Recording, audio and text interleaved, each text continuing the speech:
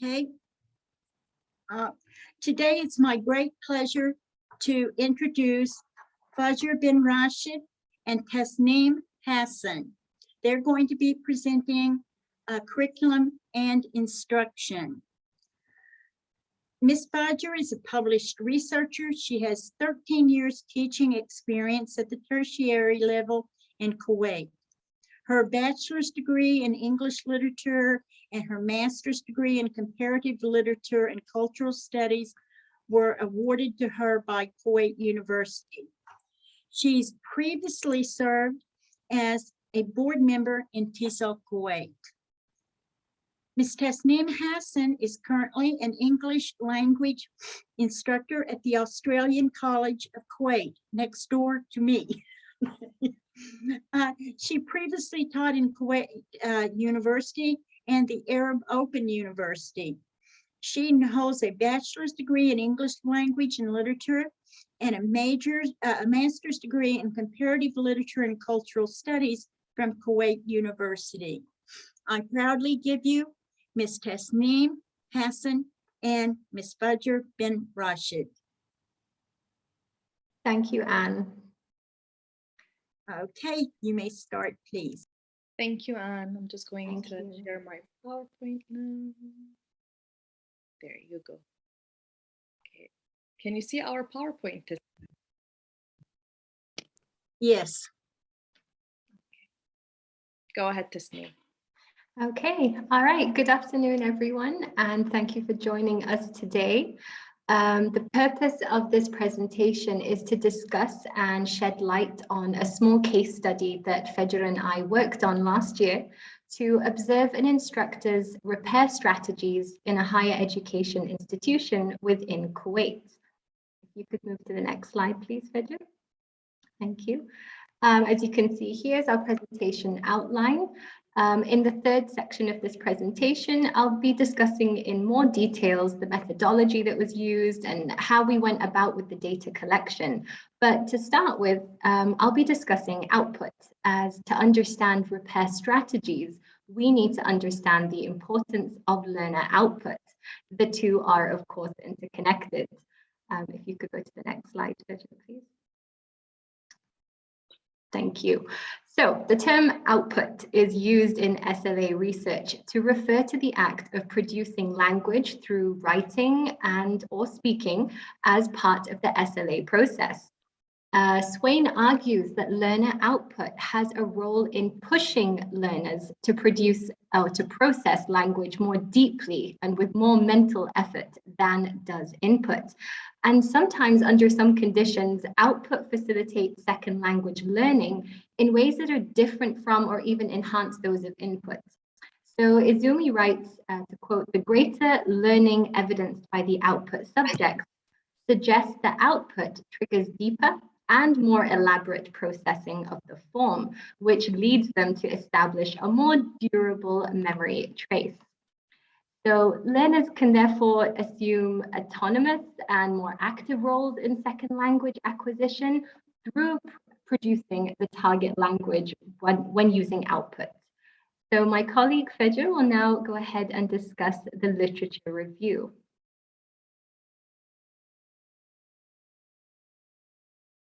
Sorry, I had to unmute like that. Don't worry.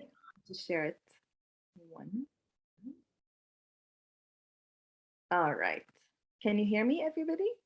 Tasneem, can you hear me? Yes, we can. Go ahead. Thank you so much for the introduction, Tasneem. So I'm going to start the literature review by shedding light on learner output.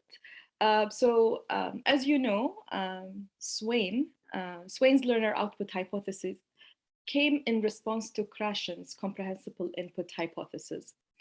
If you're not familiar with Krashen's hypothesis, it basically postulates that when learners primarily focus on the extraction of meaning from comprehensible input, they can significantly progress without the need for explicit knowledge, grammar instruction, or error correction, which normally happens through output. So when Swain introduced comprehensible output, again, in response to Krashen's comprehensible input, she claimed that it is actually possible for L2 learners to comprehend input without grasping its morpho-syntax. In light of this, Swain writes, and I quote, while comprehensible input and the emphasis on interaction in which meaning is negotiated is essential, its impact on grammatical development has been overstated, end of quote. In other words, Swain asserts the need to look beyond input comprehension, as the focus on input often overlooks other interactional aspects that are argued to have equally significant implications on second language acquisition. So if I were to say this in other words, I would say learners should organize their output grammatically if they want to participate in extended discourse with other speakers. In addition, Swain posits, and I quote, output may stimulate learners to move from the semantic, open-ended, non-deterministic, strategic processing prevalent in comprehension to the complete grammatical processing needing for accurate production, end of quote. So Swain's hypothesis is argued to have developed or refined, if I were to use Dr. Ali Shahad's words, through proposing 3 different functions of learner output in second language acquisition, which are noticing or triggering, hypothesis testing, and the metalinguistic reflective function. So Shahada writes, and I quote, noticing pushes learners or them to consciously reprocess their performance in order to produce modified output. This process, it was argued, triggers mental processes that may be implicated in language learning, end of quote. So producing output can also indicate that learners have formulated and tested a hypothesis while speaking. Shahada also explains that, and I quote, specifically she, Swain, investigated how dialogue as a joint activity enables learners to verbalize and test out their hypotheses about the target language. However, it's very important to note that Shahada reminds his readers always that whether learner output helps with L2 learning or not is yet to be answered. So it's not a given thing, really. And I'm going to explain why in a bit using Dr. Shahada's ideas. For instance, Shahada's study from 2003 contends that since there are unobservable hypothesis testing processes that happen within the learner, because at the end of the day, they are internalized, so we don't really see them on the surface. So it becomes challenging to decide how much of the learner's output contains confirmed hypotheses or ongoing testing of hypotheses. And in light of this, Shahada explains, and I quote, there are situations in which learner hypotheses go unchallenged, even when they are explicitly tested out and deviating from the target language norms.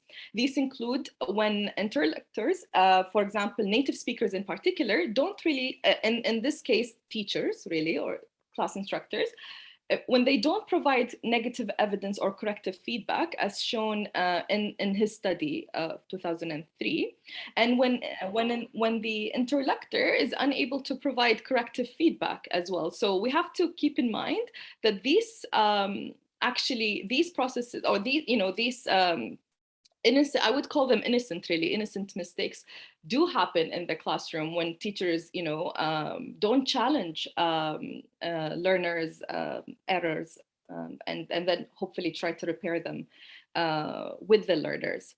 I want to say that finally, Swain argues that output has a metalinguistic purpose because it enables learners to reflect as well as control and internalize linguistic knowledge through noticing their problems. The learners will be able to reflect on their output. So just to take you back a slide, it's very important that learning output is given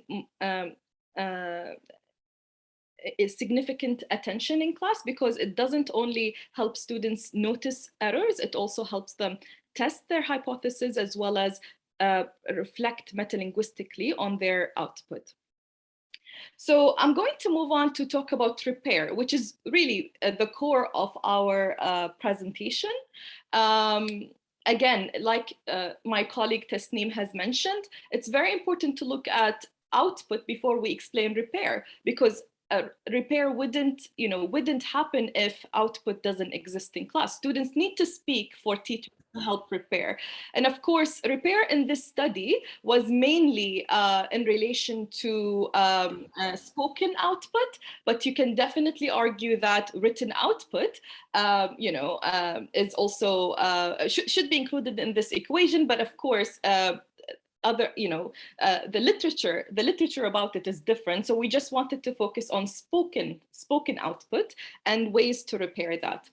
Okay, so moving on to repair strategies, I'm going to explain what those repair strategies are in light of their sequences. So through methodologically examining the process of the non-native speaker interlanguage modification toward better comprehensibility, Casper, who we quote here, we reference, here, focused on the distribution of repair patterns, including, like you see here, self-initiated, self-completed repair, other-initiated, self-completed repair, self-initiated, other-completed repair, and finally, other-initiated and other-completed repair. So such repair strategies were referred to by Casper as repairs triggered by a trouble source, and I'm going to explain what Casper means by that. And they are actually found to be consistent with the terminology of Shegloff and colleagues, and because we wanted to include both, because they both actually write heavily about repair strategies. So moving just to go through the repair strategies, Tasneem and I thought it would be useful if we provided you with examples to explain each repair sequence. Okay, so for a repair to happen, we have to think about the process really. So for a repair to happen, a trouble source has to occur, right? So a mistake has to happen, or a mistake or an error has to be uttered. And Tasneem will explain the difference between a mistake and an error later in the slides. So a mistake or an error has to be uttered for someone to fix them. So that's really the simple idea behind it, really. So if you look at this example here of a repair sequence, self-initiated, self-completed repair. Now, when the word initiation here on initiated refers to the initiation of a problem. Okay, so that problem could actually be initiated or noticed by the self or the other. Normally, in literature about repair strategies, the self normally refers to the learner, okay? The other normally refers to the teacher, right? Or maybe a more competent student in the classroom, if it was an interaction between two students.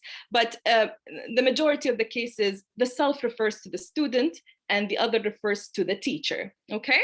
So if the teacher of the student here, the self, was able to initiate or notice the issue or the error and then able to repair it, that's actually excellent. So that's like a dream come true for all teachers, including myself. If a learner can commit an error and then fix it, that's excellent. So an example of that could be when the learner says, when he does this. So as you can see, the learner was able to initiate that there is an issue by saying and then repair the mistake. It's not an error. Repair the mistake autonomously without actually the help of the teacher. If you look at this sequence here, other initiated, self-completed repair, you have the other here, which again refers to the teacher. So the teacher here becomes the person that initiates that there is a trouble source. So the learner would say, for example, will your learners English or Arabic? So that's the trouble source. That's the issue. That's where the issue happens. And then the instructor says, sorry. Okay, so the teacher now is initiating that there is an issue. And so if the learner comes back and says, will you teach us English or Arabic, then that's the student actually repairing that mistake, which is excellent.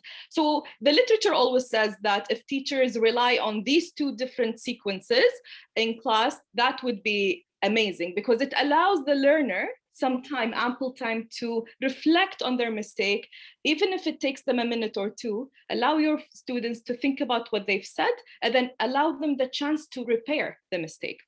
Now, the last two repair sequences highly depend on the teacher to fix the issue, even if it was self-initiated by the student.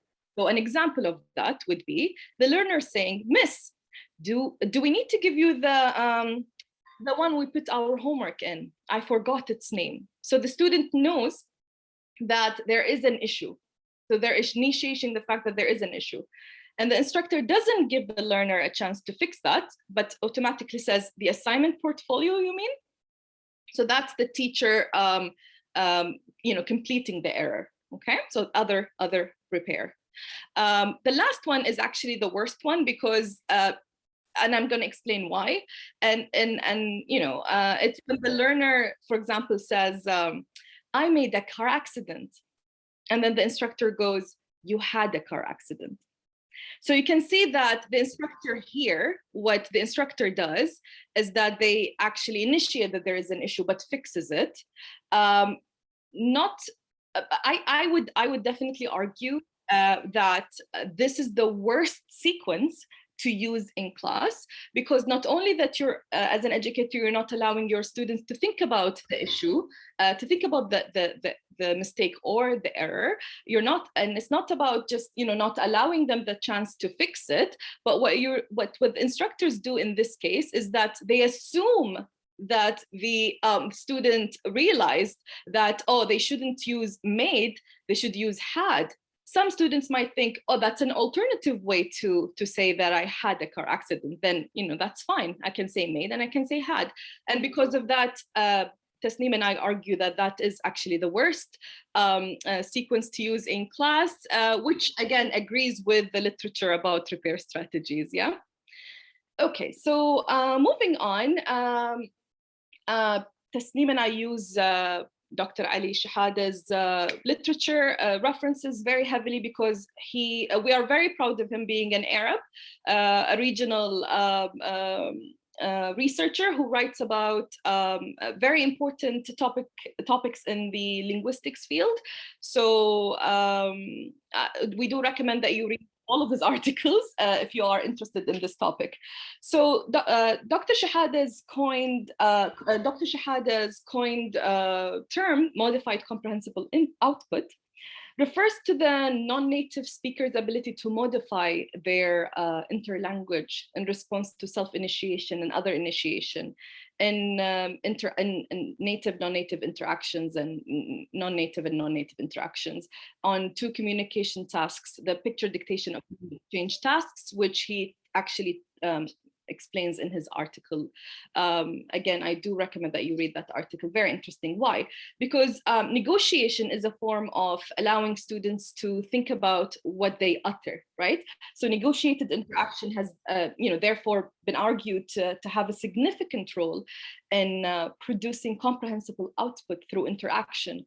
In light of this, Shahada writes, and I quote, "It is through the negotiation of meaning that both learners and their interlocutors work together to provide comprehensible input and produce comprehensible output."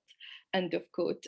For instance, learners can achieve comprehensibility by repeating and rephrasing language with their conversational partners through negotiation. All right, move on to look at more recent findings about repair strategies. So Liu and Shu, apologize if I haven't pronounced their names right. So they explore the significance of maximizing the benefits of classroom interaction in their 2018 study. They argue that having the awareness about the role of classroom interaction in enhancing the learning process actually helps teachers become more cognizant about how much control is needed throughout the lesson and at what point they need to let go and have students take over. This awareness really could actually extend to cover class instructors' awareness about the implications of negative feedback, which I've spoken about very, very briefly.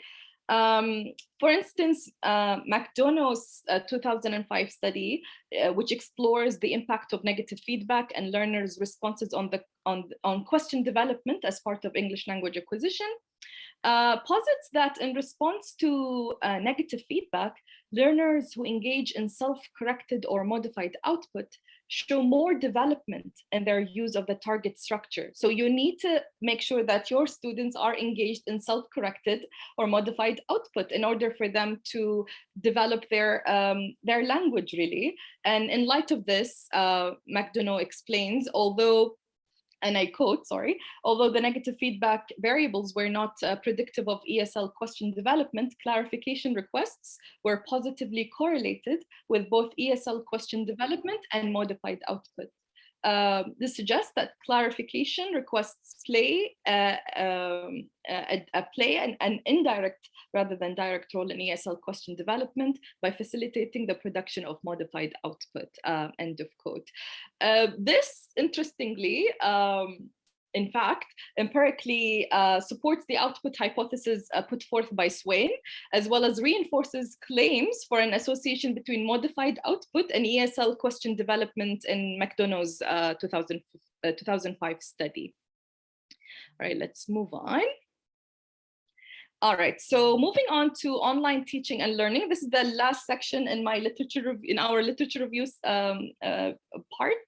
So again, I feel nowadays educators and conference presenters or researchers cannot really escape the fact that online teaching and learning has to be addressed, really, or have to be addressed, because we are living it, as whether we're educators or learners, we're living it every day. So in an online setting, really, technical issues arise often, causing the concerned parties not hear or comprehend one another. Moreover, resolving issues like audible errors or mistakes in the online context is known as a repair in conversation analysis, which is really interesting because I feel like with online teaching, based on the literature that we've read, it actually expands to include audible errors or mistakes. So it's not just about the language, we're looking at more layers here. Earnshaw actually posits, and I quote, "These repairs can seem somewhat seamless to us in the conversation because we've learned at a very young age that there are norms or rules for how to engage in a conversation and deal with a communication breakdown," and end of quote. So yeah, I mean, it's a whole world of etiquette as well, teaching students how to actually use, online tools very well, and, how to unmute and mute. And, Anne spoke about that before the beginning of the session, so I'm sure a lot of you can relate. However, interestingly, the same initiation practice is found in chat rooms in online classes. Although it's done rarely, some students, and I have found my students when I taught online, that some students were found to address technical issues like dysfunctional microphones, as an example, for initiating troubleshooting. So that could be like their way of initiating trouble source, right? Troubleshooting online. What is more interesting that Tasneem and I have found in the literature is that other initiated self-repair was noted to be the most frequent type of repair, followed by self-initiated self-repair in chats, especially in Schoenfeld and Golato's 2003 study, which again predates Corona, but it was still on online teaching, and it explored the impact of the specifics of used mediums like web chats or ordinary conversation on how repair is organized. So I'm going to leave you again with Ms. Tasneem, who's going to discuss our data collection phase and analysis. Tasneem, the microphone is all yours. Thank you very much, Fajr. Okay, seeing as Fajr has gone through the literature review, I feel like it's necessary for you all to know the context and how we went through and how we went about with our data collection. So our small-scale qualitative study took place at a mid-sized college in Kuwait, where the college adopts English as the only language of delivery in its foundation English, diploma, as well as bachelor programs. Now, in the foundation English program at this college, it offers 3 different levels. As you can see here on the slide, there's an intensive level 1 English, which requires an IELTS score of 3 to 3.5. We then have the common level 1 English level, which is an IELTS score of 4 to 4.5. And finally, an ESP level 2 English course, which has 2 streams, the business English and engineering English. And this requires an IELTS score of 5. So the data collection procedure took about 3 weeks in the online spring semester of 2021. And each session that we looked at was a total of 50 minutes, and it was delivered on Microsoft Teams. Next slide, please, Vijay. Thank you. So now moving on to discuss our study participants. So to examine the repair strategies in an online setting, 26 participants ranging in age from 18 to 32 years were selected. There was 1 native speaker of English who was the female instructor, and 25 non-native speakers of English, 12 male and 13 females. And interestingly, while the native speaking participant is a Kuwaiti citizen, she epitomizes the native speaker model in light of her study history at a private British school here in Kuwait. And many of you attending today may feel the same way she does, regardless of your native background. It's a gray area that I think requires more in-depth study, and this is definitely something that we can address or talk about later during the Q&A. I should also note that all the non-native speaking participants in the study represent the same L1 background, all being Kuwaiti and all attended government schooling. Furthermore, the concerned students were enrolled in a level 1 intensive section where they actually receive a total of 25 hours of foundation English over 5 days a week, so it's quite intense, hence the name. And it covers writing, reading, listening, speaking, and transferable academic skills as well. Next slide, please, Vijay. So onto the data collection tools. As mentioned earlier, a qualitative methodology was employed through the use of classroom observations. There was then an interview that we conducted, which tackled 9 questions with the concerned class instructor. And finally, a written reflection was actually sent to us by the instructor later on, comparing teaching online from home to teaching from campus. Next slide, please. Hold on, there we go. Okay, sorry. So we were given access by the class instructor and observed 4 50-minute recorded online sessions. And these were recorded, as I said earlier, in March 2021. And this was, of course, during the adverse implications of the coronavirus pandemic within the education sector here in Kuwait. Observational field notes were collected from each session, and we later had follow-up meetings, and self-initiated as well as other initiated examples from the recorded sessions were gathered. So we went over each recording and tried and basically caught all of the repair or attempts at repair that we found. And then following that, we had the interview with the class instructor, who she was able to retrospectively reflect on her teaching in general and on the extent to which the teaching practice might or might not encourage the use of diverse repair strategies. Furthermore, we also requested a written reflection to document her experience of teaching online from campus in the following fall semester. So as you all know, I'm sure, students were still required to stay at home. However, instructors were asked to be back on campus for the most part. And this obviously was at the start of Kuwait's gradual lifting of the corona-related restrictions on the educational sector here. Fajr, I think you're going to continue here to discuss the data analysis. Yes, thank you so much, Tasneem. So to analyze the data, really, we highly relied on Creswell and Both's uh, um, data analysis design to look at the different obtained multiple forms of qualitative data. As Tasneem has mentioned, we have obtained multiple forms of qualitative data from observations, and from the interview itself, and then from the written reflection. So we had multiple forms of qualitative data, which actually were sorted out using codes, which eventually, as you know, those who are, are immersed in the research field know that codes eventually turn into themes. Unfortunately, in this presentation, we won't be able to share those themes with everybody, but we will share some snippets of our findings. The reason why we can't share the themes is because this article is actually under review by a journal and hopefully will be published very, very soon. Hopefully, we're keeping our fingers crossed. So after those codes have been turned into themes, we actually looked at some common passages and segments to actually in order to just to relate everything together. So, yeah. And finally, we compared and related among code labels and were able to write our findings.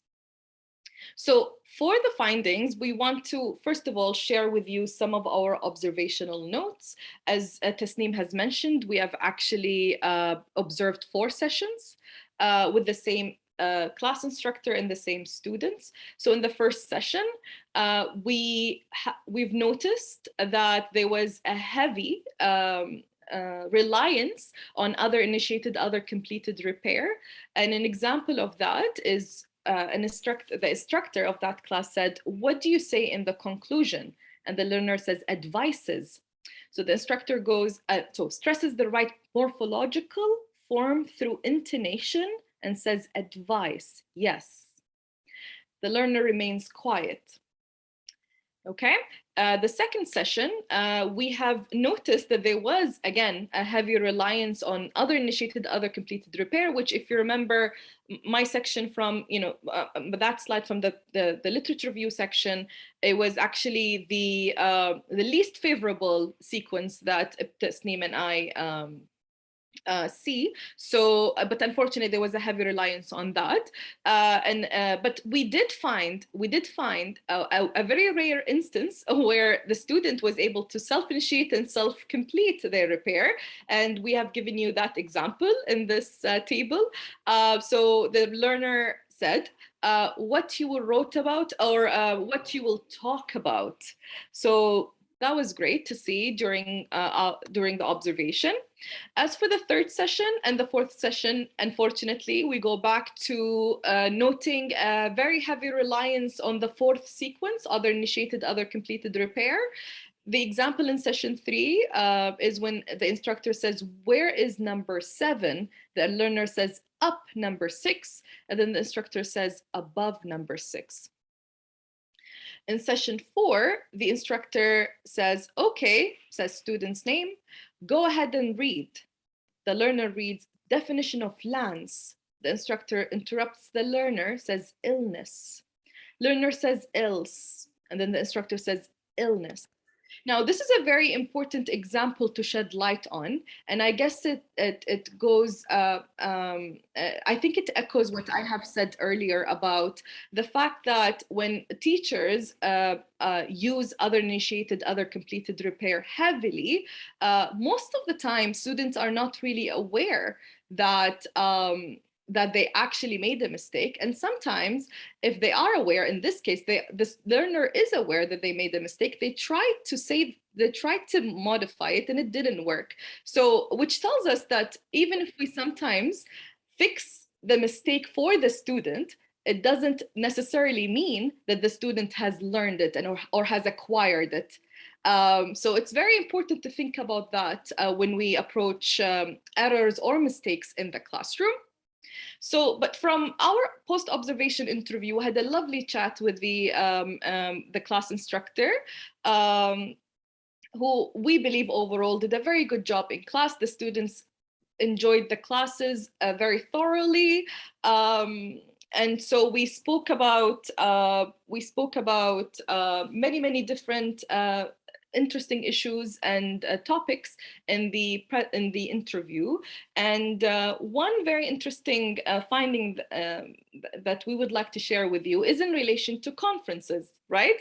And we thought it was only fitting that we would actually share this snippet of the interview with you all, since we are at a conference now. So when we asked about the instructor's heavy reliance on the fourth sequence, as you saw in the findings, the instructor said, I remember someone once told me that at a teaching, I remember someone else told me at a teaching conference that the best way to make students aware of their mistakes is by repeating it yourself and not telling them to their face that they made a particular mistake. So would repeat their sentence using correct grammar and correct pronunciation, for instance, and not telling them, well, Rawan, you did not say this correctly. I think, we do understand that the instructor here, with very good intention, wanted to fix mistakes or repair errors very indirectly, right? In an indirect way where students would hopefully, get the repair. Okay, but it doesn't really always happen like that, right? And we've seen that from the examples. So it's very important that, yes, we do attend conferences and we listen to, different presentations, but we also have to think about, the logic behind applying what you listen to or learn at conferences to the actual classroom, because although indirect repair of mistakes could help in some instances, it doesn't always. It's not always the most suitable option or approach to take when it comes to repairing students' errors. Another snippet that we found was very interesting, where the instructor says, sometimes I feel it's not the right time to correct someone's mistake because she pauses, they want to relay a certain idea or they want to speak their mind, and I just give them the freedom of space to do that. But it's like cases and causes where the student, had made the phonological error. I feel like I do have to mention it, even if it's not this at the same time, because the two are very different words. And of course, they do allude to different concepts. And I think what the instructor is trying to say here is, I think, in relation to teaching fluency versus teaching accuracy. When do you interrupt students? When do you allow them to speak? When do you allow them to make mistakes and continue? So that's a very interesting aspect to think about when it comes to repair as well. And hopefully during Q&A, we could open up a discussion about that as well. Finally, in her written reflection, like Tasneem has mentioned, we've asked the class instructor to submit a written reflection based on her change of perception. When we interviewed the instructor, it was as a result of her teaching online from home. But then we've also wanted her to we were greedy as researchers, and we wanted her to also reflect on her experience of teaching online from campus, to which she actually acknowledged that teaching online from campus requires a specific setup where the rooms are in an appropriate size to avoid echoing, where technical difficulties such as the internet connection are permanently available. So there is a change, right? Which I guess is really great, because then I think it says something about the instructor's very rich experience with teaching, online from home, teaching online from campus, teaching before Corona, now teaching, with the new precautions being lifted. So it makes for a very rich experience that we wanted to understand more and share it with everybody here at the conference. So I'm going to leave you with Tasneem, who is going to take you through the discussion of the findings. Go ahead, Tasneem. Thanks, Fajr. Okay, so on to the discussion. Similar to what Fajr just mentioned, one significant finding that is obviously related to the predominant other initiated, other completed repair that Fajr has mentioned, and said that, this is obviously not the repair that we feel is the best to use in the classroom. And we also, of course, noticed the significant lack and the rarity in utilizing the other repair strategies that Fedra showed in the table earlier. So, for example, the phonetic example from our second session, or the second recorded session, demonstrated a phonetic type of modification where the class instructor modified the word cases to causes. So when repeating a student's when she then went on to repeat the student's statement in the correct form, and the student remained quiet after this particular repair, and actually did not acknowledge nor repeat the correct pronunciation of the word, highlighting what we feel a missed opportunity for the student to autonomously attempt the repair before the instructor interjected. So a further other initiated, other completed repair is a syntactic modification where the word talk is replaced, that the student had said, was replaced with talking by the class instructor. And once more, this repair does not receive any acknowledgement from the student. And it's actually further complicated by the fact that the teacher said exactly before repeating the statement. So if you can imagine the conversation in your head of a student saying a sentence and said talk, where it should have been, in the correct form, talking. And then the teacher goes, yes, exactly, talking about blah, blah, blah. So the student, maybe it created an illusion, we feel, that the student's statement was correct. They probably sat there going, oh, I was right, and no error in the word was detected. So I think that the silence of the students, that what we found when looking over these recorded sessions, there was a lot of silence after the student after the teacher, has repaired. There was a sense that the student didn't actually understand why something was being fixed or repaired, or we kind of got the feeling that the student actually didn't think it was a mistake at all or an error at all. So this was interesting to notice.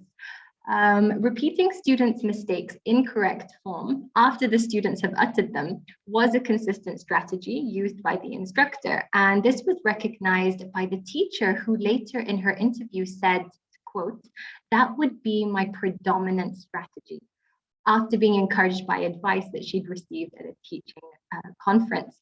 So the teacher herself was very, very well aware that this was her predominant repair strategy. And it was very interesting afterwards, after reflecting on all the observed sessions, to actually hear the teacher say that herself. We found that quite interesting. Immediately repeating students' mistakes in the correct form has serious pedagogical implications. And this is because error correction and repair strategies should be organized to allow self-correction before peer correction, and then peer correction before teacher correction, in order to have the optimal benefit for second language acquisition. This was stated by Shegloff in 1977. Next slide, please, Vijay. Thank you. In addition, Swain's argument about learners reflecting on their output is vital, and it's deemed necessary to allow students the opportunity to notice, test, and reflect on their problems. So, assuming that learners' improvement can only be the result of teacher feedback does not assist in creating a safe environment. This was said by Vygotsky. So this is an interesting thing to think about, a safe environment where learners can autonomously and interactively experiment with language.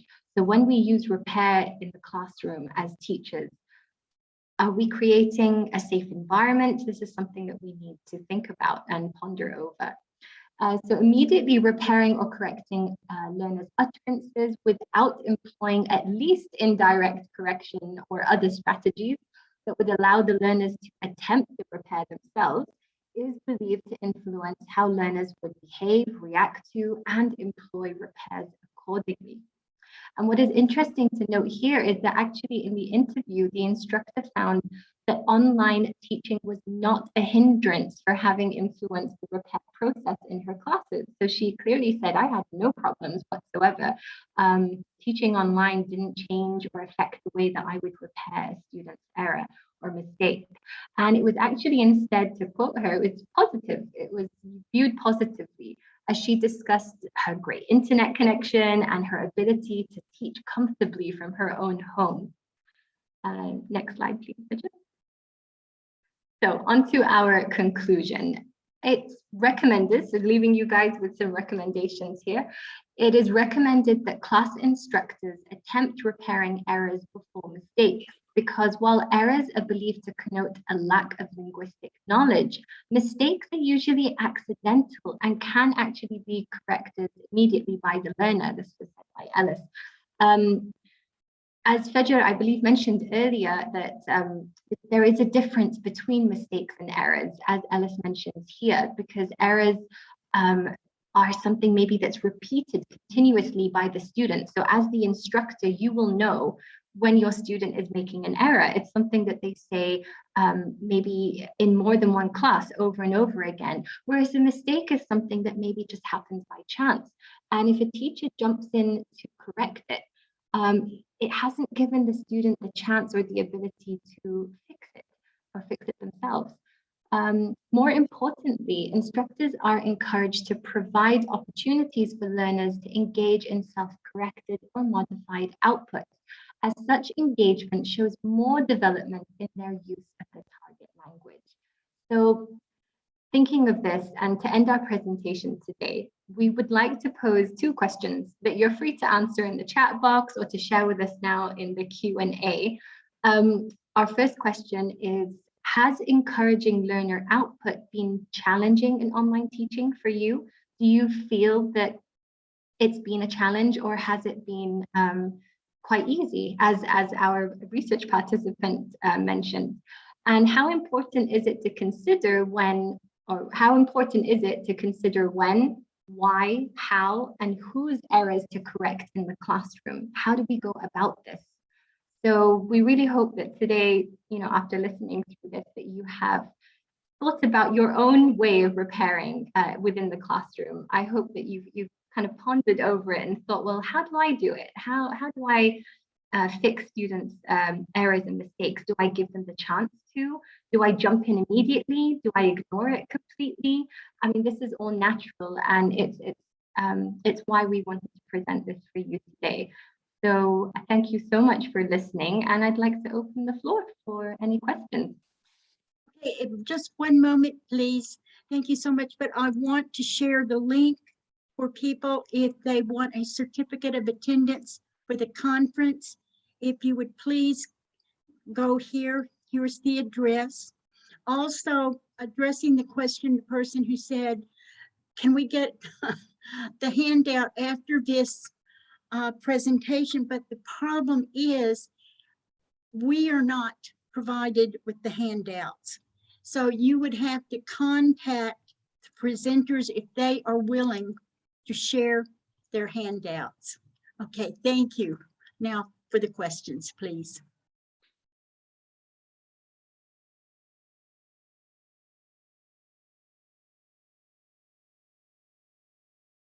I mean, feel free to address the questions that Tasneem has mentioned in the conclusion if you'd like.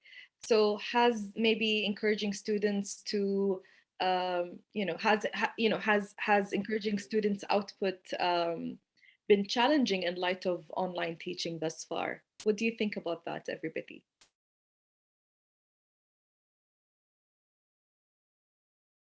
I think it's been challenging. In what way, Anne?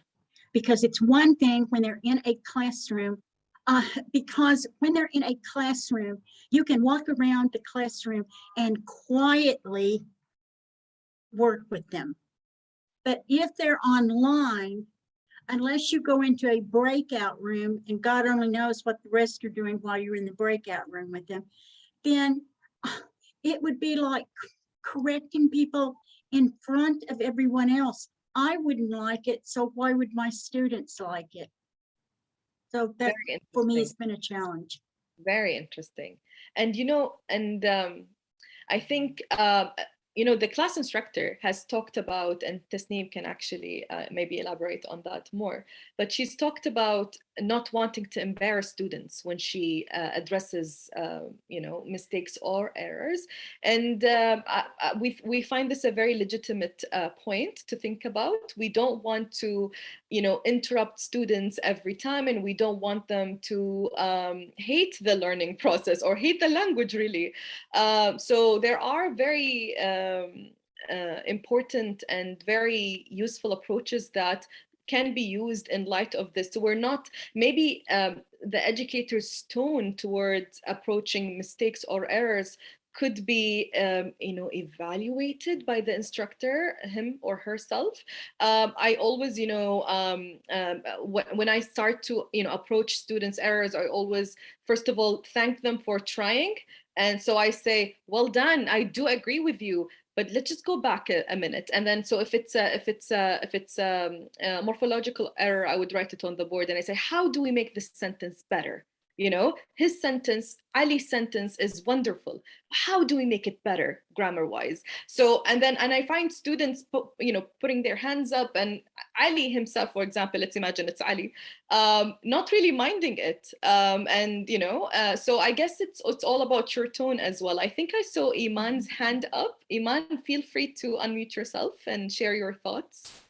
Thank you so much, dear. Actually, this could be much better. I mean, the relation between the teacher and student and the way she approaches them, especially at a critical age like high school or early college years.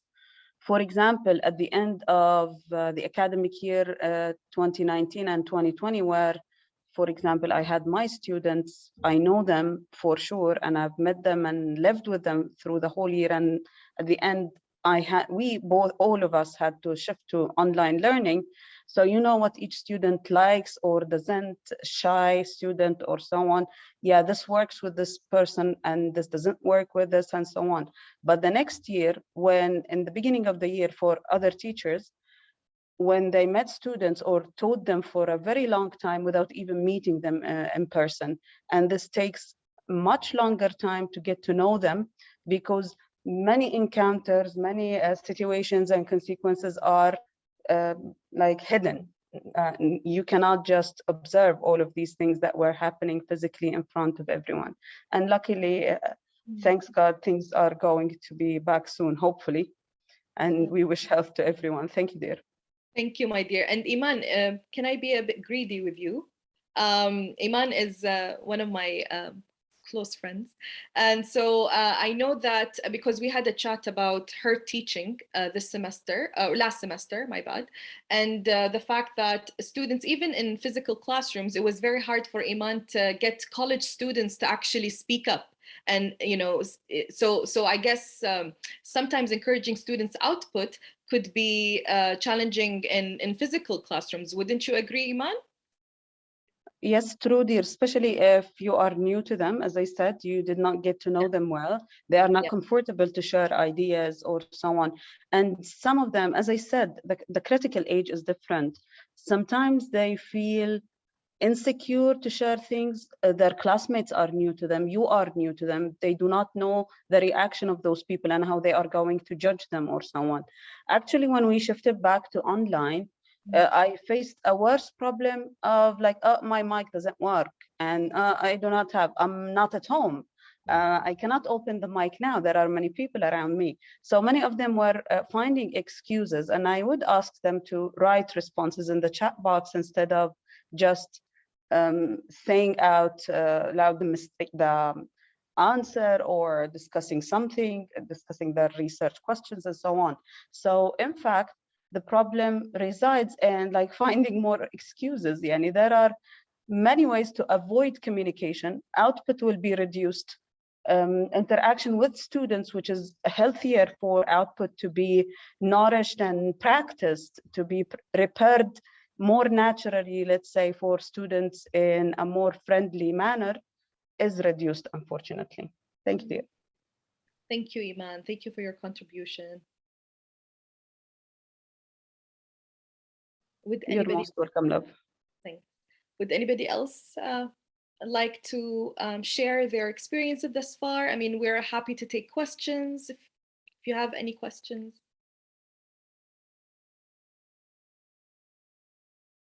Okay, I want to thank Ms. Fudger and Ms. Tasneem because we need to get ready for our next session with Scott Thornberry. Thank you so much for your presentation. And remember, this will be put up in a few days on the TESOL Kuwait website and eventually on the TESOL, yes, and eventually on the TESOL Kuwait YouTube channel. Thank you again for presenting and for those of you who have attended. Thank you, Miss Anne. Thank you so Thank much for you. moderating Thanks, the Anne. session. Thanks for